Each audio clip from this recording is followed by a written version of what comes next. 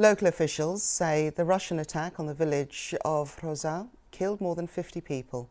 Many of the victims had been attending a funeral wake. The White House described the strike as horrifying, and the British Prime Minister said it illustrated Moscow's barbarity. James Waterhouse reports now from Kyiv. This body is badly burnt, says the rescuer. Maybe you'll recognise them. No, it's not her, the woman replies. Missile attacks are an almost daily occurrence here, but rarely are they this destructive. A well-rehearsed routine for emergency crews, which doesn't get any easier. My brother, sister-in-law, and my mother were killed. Alexander's family were at a funeral wake of a local soldier. Most of the victims had been sitting around a large table inside a cafe. A shared moment of grief cut short. Ruslan says, constantly we were pulling out someone. It was a nightmare.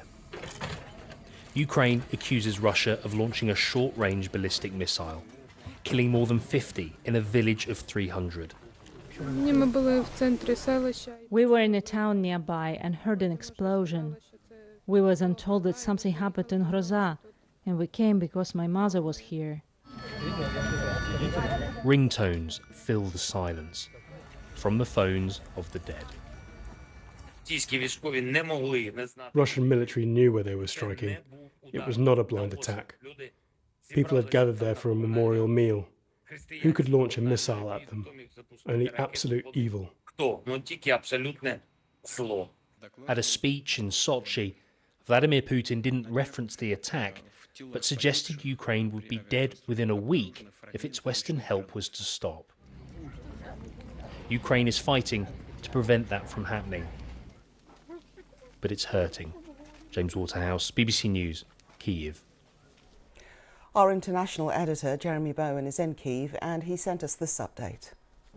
There have been pretty continual at times attacks by drones and missiles at different parts of Ukraine by the Russians, but this one, of course, has had terrible consequences, one of the worst single attacks of the war. President Zelensky, who was in Spain meeting European leaders, said that it was absolute evil. He said that you can't call the Russians animals because it would be an insult to animals. Now, the Ukrainians say that this funeral was deliberately targeted. We don't have definitive proof of that. We just have their statement and what they're doing. It makes you wonder exactly what the people who fired that missile were trying to achieve. Strategically, it doesn't change the war. What it does do, of course, spread terror among civilians, though I think it will also remind Ukrainians yet again why it is that they're fighting. In the wider context of what's going on in the war, all this comes at a difficult time for the Ukrainians because cracks have appeared in Western support for them. Now, it's not going to dry up overnight. Far from it. It's going to continue.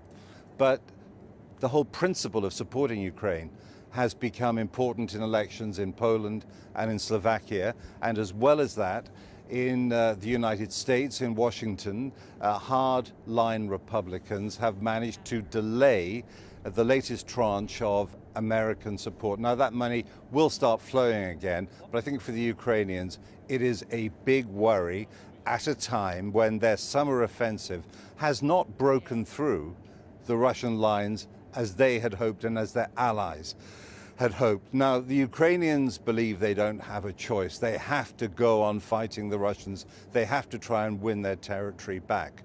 But their Western backers, without whom they couldn't fight, do have a choice about what they do. They do have a choice about how much they spend, the impact it has on their economies in terms of gearing up to more of a war economy, because it's going to be a long war, and they have to make now those difficult decisions about the way they go.